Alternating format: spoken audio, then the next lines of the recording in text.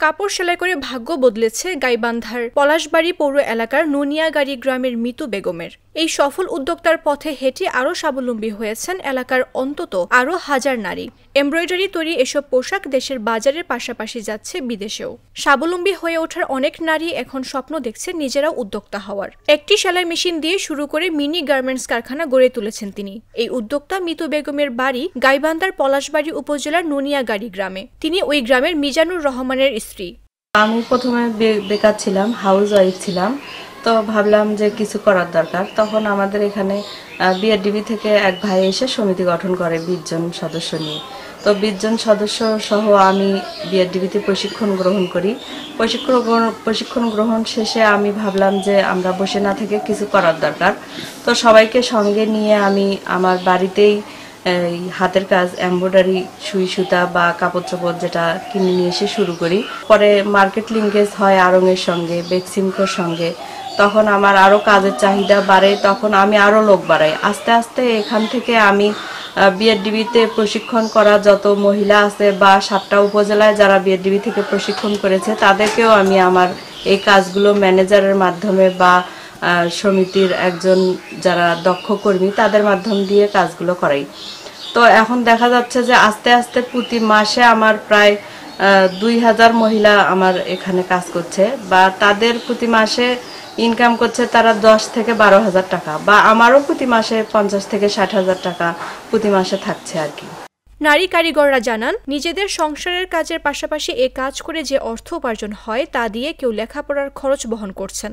আমি তো প্রথমত কাজ জানতাম না, তো আমার বাসার পাশে এই যে মিতু আন্টি ইনি কাজ নিয়ে আসতো, তো ওনার থেকে কাজ নেওয়ার পরে এখন কাজ করছি, পাশাপাশি টাকা ইনকাম হচ্ছে, পড়াশোনাও চলছে, পরিবারেও দেওয়া হচ্ছে। পিসগুলো হচ্ছে 200, 250, 300 এরকম। যদি আমরা 200 টাকা করে পিসগুলো আমরা করে দেই, আমি 5টা করলে 1000 টাকা ইনকাম হবে আমার। এই রকম ভাবে কাজগুলো আমরা করি। কেউ আবার সংসারের কাজে সহযোগিতার পাশাপাশি সন্তানদের চাহিদা পূরণ করছেন।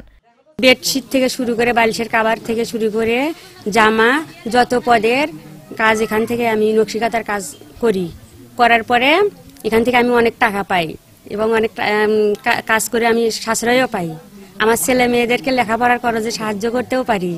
পলাশবাড়ি উপজেলা বিআরডিবি কর্মকর্তা আব্দুল মান্নান বলেন, গাইবান্ধা সমন্বিত পল্লী দারিদ্র্য দূরীকরণ প্রকল্পের ভীষণ পণ্যভিত্তিক পল্লী গঠনের লক্ষ্যে এমব্রয়ডারি ট্রেডে 1 মাস মেয়াদী প্রশিক্ষণ দেওয়া হয়।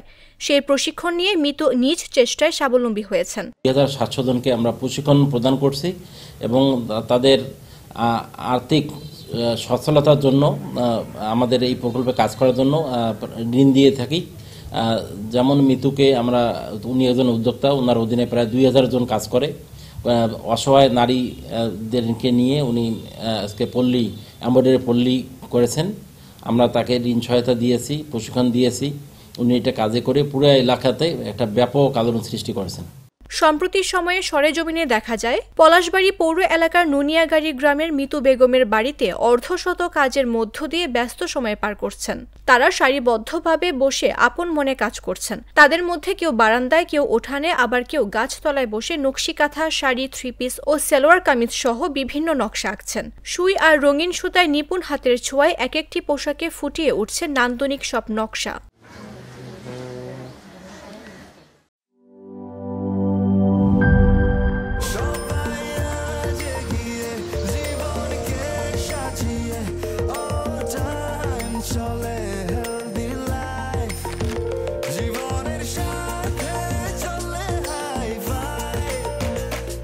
চলার পথে স্বাস্থ্যকর all time honeycomb, all time healthy life.